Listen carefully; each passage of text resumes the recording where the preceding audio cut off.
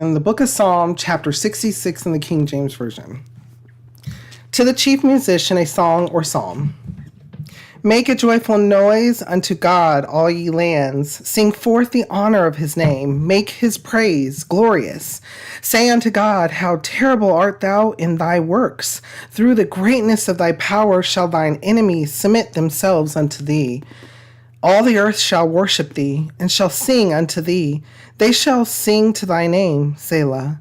Come and see the works of God. He is terrible in his doing toward the children of men. He turned the sea into dry land. They went through the flood on foot. There did we rejoice in him. He ruleth by his power forever. His eyes behold the nations. Let not the rebellious exalt themselves, Selah. O bless our God, ye people, and make the voice of his praise to be heard, which holdeth our soul in life, and suffereth not our feet to be moved. For thou, O God, hast proved us, thou hast tried us, as silver is tried. Thou broughtest us into the net, thou laidest affliction upon our loins. Thou hast cursed men to ride over our heads. We went through fire and through water, but thou broughtest us out into a wealthy place. I will go into thy house with burnt offerings. I will pay thee my vows, which my lips have uttered, and my mouth has spoken. When I was in trouble, I will offer unto thee burnt sacrifices of fatlings. With the incense of rams, I will offer bullocks with goats, Selah. Come and hear, all ye that fear God, and I will declare what he hath done for my soul.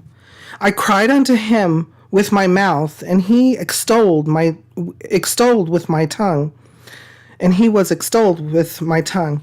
If I regard iniquity in my heart, the Lord will not hear me. But verily God hath heard me. He hath attended to the voice of my prayer.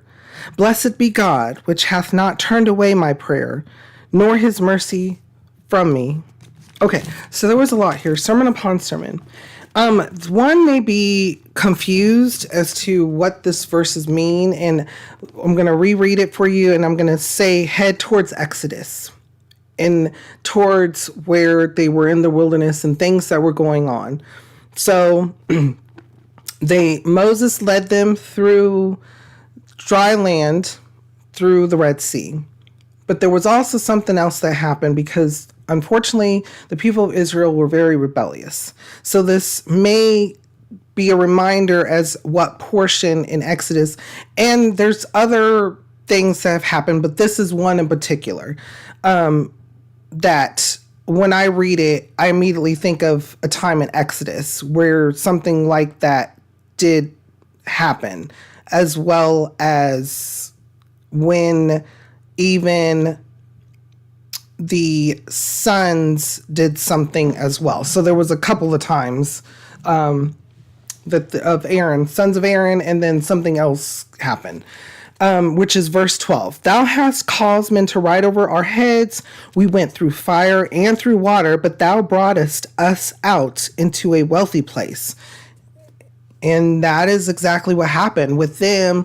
They went out, even though they were rebellious, and they still were able to be, seek the Lord's forgiveness as a nation and make it to the promised land. Eventually, of course, there were things along the way. And you go back through Exodus, those Bible studies, particularly past chapter 15, and correct me if it's even further, but things definitely happen, even with Moses was leading them through the wilderness. And so, in fact, you go all the way to Joshua, basically, to get to where they were led into the promised land, which is into a wealthy place. And so, thinking about that, thou hast caused men to ride over our heads. We went through fire and through water, but thou broughtest us out into a wealthy place. This is when I read this, and it's broken down like it's two separate sentences, but it's together, okay, by that semicolon, right? Thou hast caused men to ride over our heads. What, bringing past to present, things that we can think about and things that they were thinking about. They were in slavery. They were in persecution. The Pharaoh had chariots. They had horses. So figuratively speaking, yeah, there were people who were whipping them. They were utilizing horses and on horseback to corral people, etc., and even chased after. Right. So cause men to ride over heads. Also to be above in when it comes to how people believe when it comes to work and different areas of economy, right? So they were in persecution, they were in slavery, and they were in times where there were people who ruled over them, and that's being recognized, or had fought against them and were in charge for a time. And that, again, is being recognized.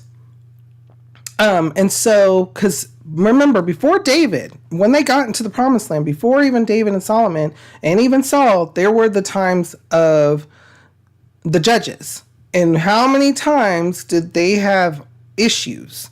And so, thinking about this, bringing past to present, there may be something in your life where you feel like, not necessarily the wording of, well, there's always somebody that could be better than you. Not that at all. It's in the line of, you may feel like you're subjected.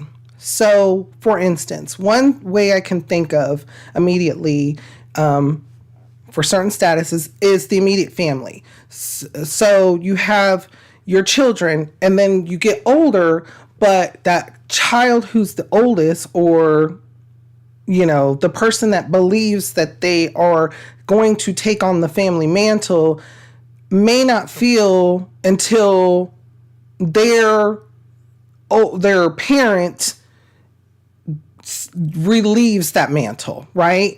And so there feels like there's a subjugation there, or in business, or in community, where, or you go to work, you have a manager, or you are the manager, but you are not the head of the company. There's some type of subjugation there to where you are not that. Okay, let's say you did start your business. Okay, there's still rules and laws and things that subjugate you to have to follow, or maybe you couldn't get there until certain things relieve their mantle, other businesses, etc. So that's one way you can think about it, and spiritually thinking about it as well. And also, then the second part, we went through fire and through water, but thou broughtest us out into a wealthy place. Struggles, hard times, times without. Have you been without? Times of, there were times, that friendly neighbor where you would go and knock on the door and say, hey, do you mind if we can have a cup of sugar? Or, hey, I have to go to the pantry today. I have to go to the pantry and I have to, or figure out something to help provide for my family. In different ways. It may not be all of what you think is that. It could be something else. Where there's some type of struggle or hardship. And there could be a hard times with that. You couldn't pay.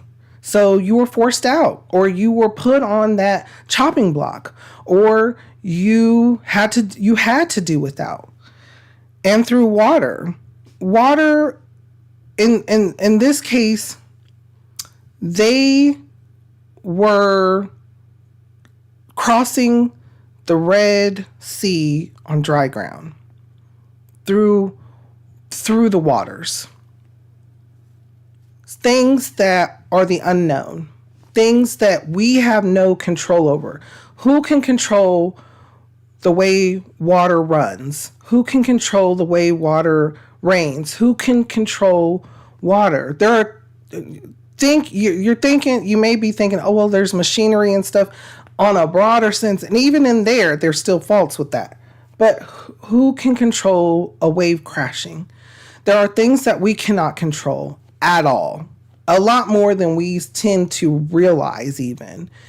And being in that understanding, but thou broughtest us out into a wealthy place. Because even though we go through these struggles, even though we go through these hardships, Job went through it. People go through these things. It's not something that's designated for us. It's not something that's even intended for us. The goodness of God, none of these things are intended for us, but they happen and they happen to help us learn, and they happen to test us and see where we're at, even spiritually on our journey with Him, to provide us more understanding, to provide us the depthness and testimony, to provide us testimony that we too can understand. Because even though we have not walked in each other's shoes, we can understand the depths of those pains, of those hardships. And each and every one of us can utilize our own testimonies through the Holy Spirit to help others. I mean, there's so much here just in this one chapter, and I could go on, but what kind of thoughts or feelings come to your mind, or in this one verse too, what kind of thoughts come to your mind when we read over this? How does it make you feel, and what does it make you think?